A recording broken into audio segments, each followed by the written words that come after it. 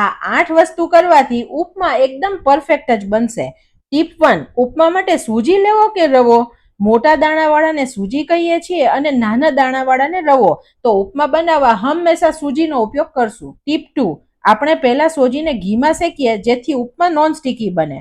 Tip 3, સૂજીને કેટલો શેકવો? જ્યાં સુધી સુગંધ આવે તેટલો જ શેકવો, કલર ચેન્જ નહીં થવા દઈએ. ટીપ 4, બાળકો લીમડાના પાન ઉપમામાંથી કાઢી ના નાખે અને તેના ગુણો મળે તે માટે તેને સમારીને લઈશું. પછી 2 ઇંચ આદુને છીણી અને 1 મરચું સમારીએ. પેનમાં ઘી લઈ તેમાં તેલ ઉમેરી તેમાં સિંગદાણા, ચણાની દાળ અને અડદની દાળને શેકીએ.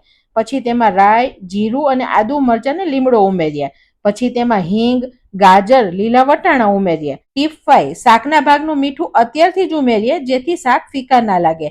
તેમાં ખાંડ ઉમેરી અને 2 મિનિટ ઢાંકીએ. પછી તેમાં શેકેલા સૂજીને ઉમેરી અને 3 થી 4 મિનિટ શેકીએ અને બાકીનું મીઠું પણ ઉમેરીએ. ટીપ 6, ઉપમામાં છાશની જગ્યાએ લીંબુનો રસ ઉમેરીએ જેથી ઉપમામાં થોડી વાર પછી પણ ખટાશ ના લાગે. ટીપ 7, 1 કપ સૂજી સામે કેટલું પાણી લેવું? તો હંમેશા 3 કપ ગરમ પાણી ઉપમા માટે લઈશું. તેને હલાવીશું એટલે થોડી વારમાં રવો ફૂલીને પરફેક્ટ ટેક્સચર આવી જશે. તેને 2 મિનિટ ઢાંકીને થવા દઈએ. ટીપ 8, ઉપમા કોરો ન લાગે તેના માટે ઘી નાખી અને ફરી થવા દઈએ. 2 મિનિટ પછી પરફેક્ટ ઉપમા બનીને રેડી છે. તમે પણ ચોક્કસ ઘરે બનાવજો.